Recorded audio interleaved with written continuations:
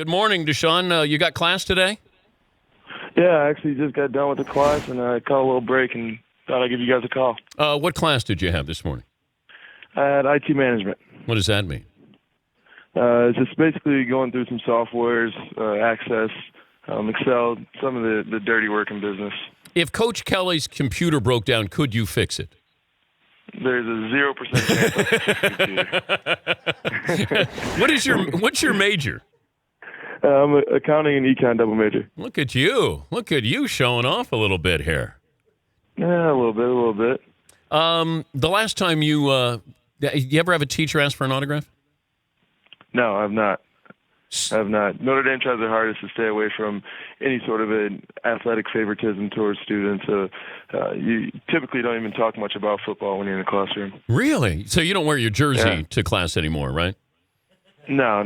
The high school days are over. I try my hardest not to, even though it's really tempting to.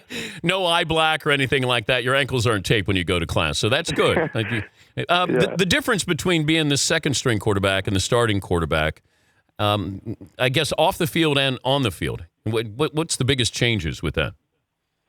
You know, when you're the backup, you can tend to, kind of hide in the shadows here and there. But now that I'm in the position I'm in now, there's so much more going on every day that everyone's paying attention to. You can never take a day off. Everyone always has eyes on you, and you can never really have a bad day. You got to be able to represent yourself and your team and the university in everything you do. So the biggest difference is just being able to, kind of just fall into the background as a backup, and sometimes you're in the spotlight, sometimes you're not. You just kind of go about your day normally. To now, I'm in a position where I got to be able to dot my I's and cross my T's at any given point of the day. Well, second stringers don't do interviews, so that's a big change too. Yeah. The media obligations that have come up now that I'm in this position is something I never really expected. I didn't really understand until now that there's a lot that goes on when you're in the spotlight and you're heading a team that's as elite as Notre Dame is. Does anybody give you tips on how to handle the media? A little bit. Some of the upperclassmen, they're the ones who create the identities for the team, and they understand how we want to go about our media stuff and how we, want to portray our team.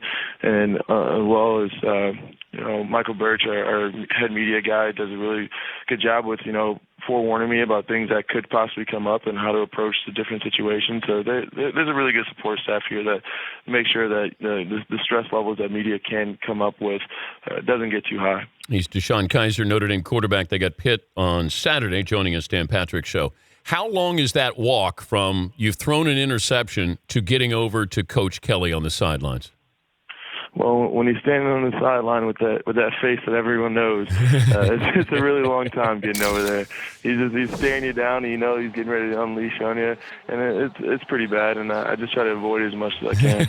Well, as long as you don't throw interceptions, you can avoid that face. But we were there at the USC game, so I did see when you walked over to him a couple of times. He gave you that crunchy face that is not what you want to see as a quarterback. No, not at all. He lets me have it right away, and he normally gives me about 30 seconds to a minute of, whatever I did wrong in the previous play or drive. But then we quickly are able to, get past those feelings and be able to talk out some things and try to make sure that those mistakes don't happen again. Were you intimidated that I was on the sidelines at USC? No, I just heard about it. There's when you're playing under the lights against USC, you expect, the president of every country to be there. To have a guy like you on the sideline was definitely a pleasure. Now that I hear it, I probably should have been a little more basic, and I did too much extra on the sideline. Now that I know that you're evaluating my every step. Oh, so you were trying harder because I was there. Exactly. The most famous. You never want to be the topic of a conversation on your show if it's not anything positive. Okay, fair enough. But do you realize some of the famous people there? I mean, John Bon Jovi is there. Are you a fan of John Bon Jovi? Yeah, I'm a huge fan. Oh, no, come on. I don't believe that for a second. Name one song. Name one song with Bon Jovi. Halfway there. Oh. I think it's living on a prayer is what it is, but Living I'll let on a that prayer, go. Halfway there. Close enough. Close enough. Wait, were you singing there? Nah, yeah, exactly. That's what I was doing. Your dad played basketball at Bowling Green, right? Yes, he did. Oh, good. Yeah, he was there from 87 to 91. Was he? Who's the best basketball player in the family? He probably was. He ended up playing professionally in France for a couple of years after he played in BG, and he could probably still take me one-on-one now. We haven't played in the last 2 years, but the last time we played, he beat me 11-1. Are you a Browns fan? I'm not. I'm not, unfortunately. Well, you grew up. Well, wait a minute. Who'd you root for? I'm a huge Eagles fan. Wait, I was. I'm starting to, not be able to watch too much NFL football. How'd you become an Eagles fan? Living in my Toledo. Dad was a huge fan of my dad was a huge fan of Randall Cunningham growing up, and he was a huge Eagles fan, and then that kind of trickled down to me, and I became obsessed with the Donovan McNabb era, and that's kind of like that was my startup when even playing football, was watching those guys out there playing every Sunday. But did you want to emulate Randall Cunningham and Donovan McNabb in their style? Is that what you look up to and you're trying to be them? Yeah.